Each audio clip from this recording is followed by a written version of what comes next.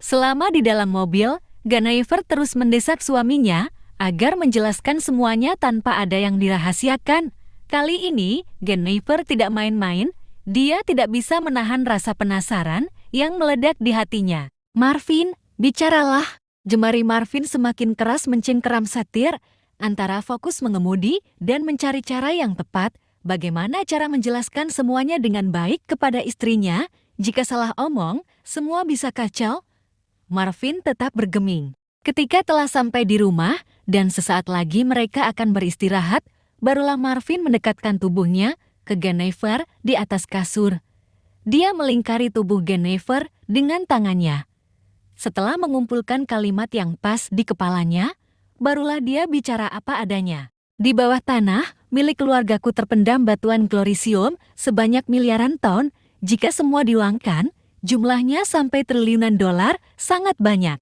Ganeiver langsung tersandar karena tercengangkan. Tidak banyak orang yang tahu. Marvin mengangguk.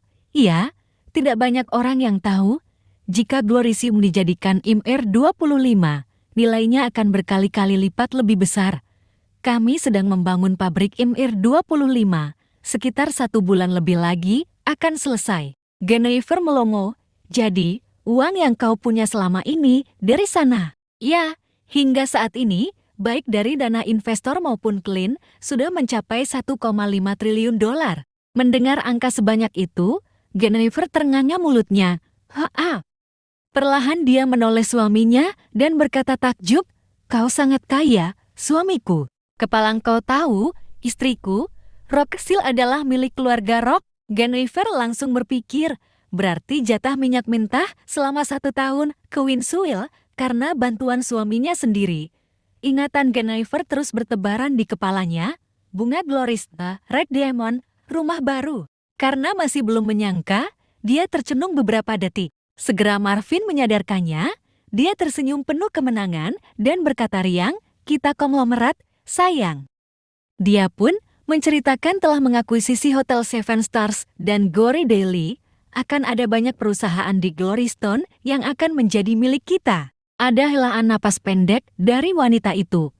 "Marvin, coba kau tampar aku. Apa aku sedang bermimpi?" Ucapnya heran. Alisnya tak berhenti berkerut. Marvin merangkul sembari mencubit pipi Ganeiver yang imut. "Semuanya nyata. Sayang, kau tidak sedang bermimpi." Lalu Marvin menciumi pipi istrinya berkali-kali, mengendus aroma leher istrinya yang mulus. Namun, dari segenap kebahagiaan yang dirasakan oleh mereka malam yang indah ini, Marvin berharap untuk tidak bilang sekarang kepada mertua dan iparnya. Alasan terbesarnya adalah mereka tidak bakalan percaya begitu saja atas semua pencapaian yang telah diraih oleh Marvin. Daripada menimbulkan perdebatan baru, Marvin meminta kepada istrinya untuk sabar terlebih dahulu. Nanti, ketika The Rock Holding Company yang telah memiliki lebih dari 10 perusahaan diresmikan, mereka semua akan tahu dengan sendirinya. Mata Ganeiver berkaca-kaca dan pipinya tiba-tiba memerah. Dia sampai bingung mau bilang apa pada suaminya. Ini adalah balasan dari setiap cinta, ketulusan, dan kesetiaannya pada Marvin. Ganeiver pantas mendapatkannya. Meskipun rumah tangga mereka nyaris berantakan lantaran berbagai macam provokasi dan intimidasi, kesabaran Ganeiver terlalu besar, cemburu, dan amarahnya berbuah manis. Kesuksesan dari Marvin tak lepas dari perjuangan seorang Ganeiver. Wajahnya menangkup ke dada bidangan lebar milik suaminya. Tak lama kemudian, tangisnya pecah. Haru dan bahagia meledak di relung hatinya.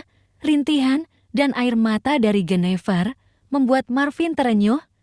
Marvin makin mendekap istrinya dengan kasih. Ganeiver tidak bisa menyembunyikan semua rasa yang bergejolak di jiwanya.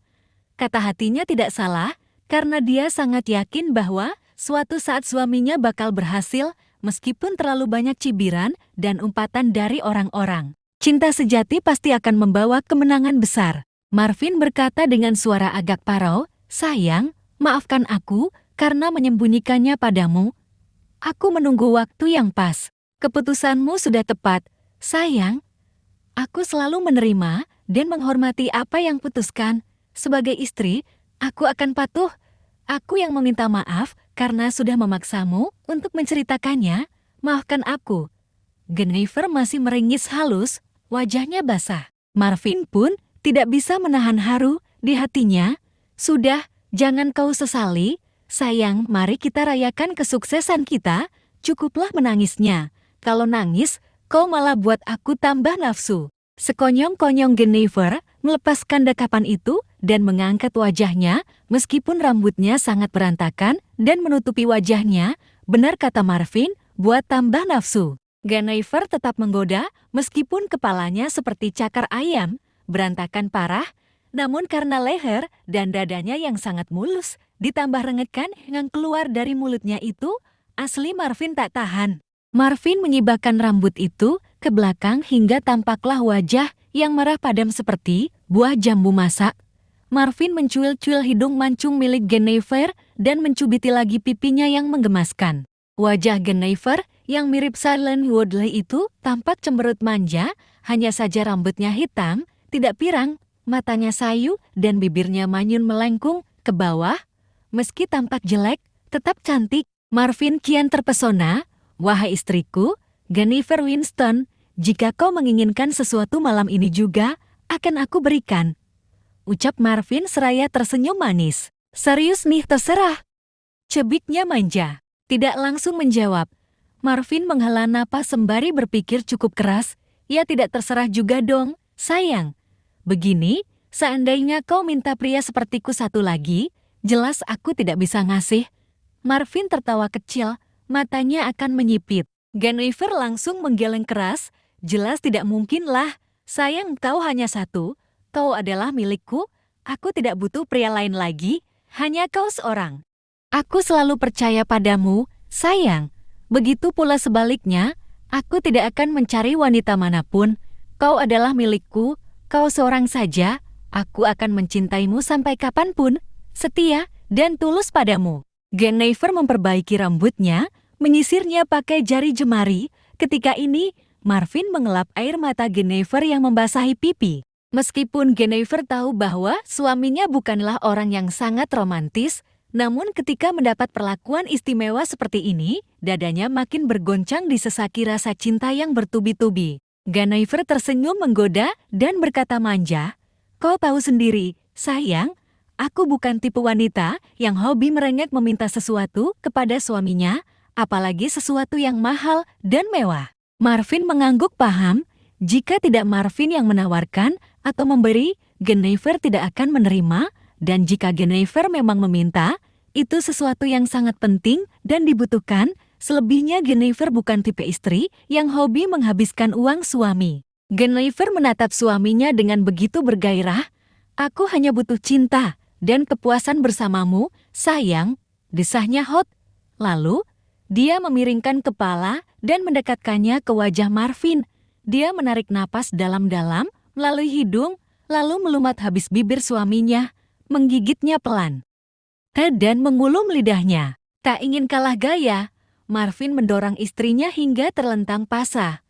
Marvin menggenggam erat kedua tangan istrinya, asyik menciumi bibir istrinya.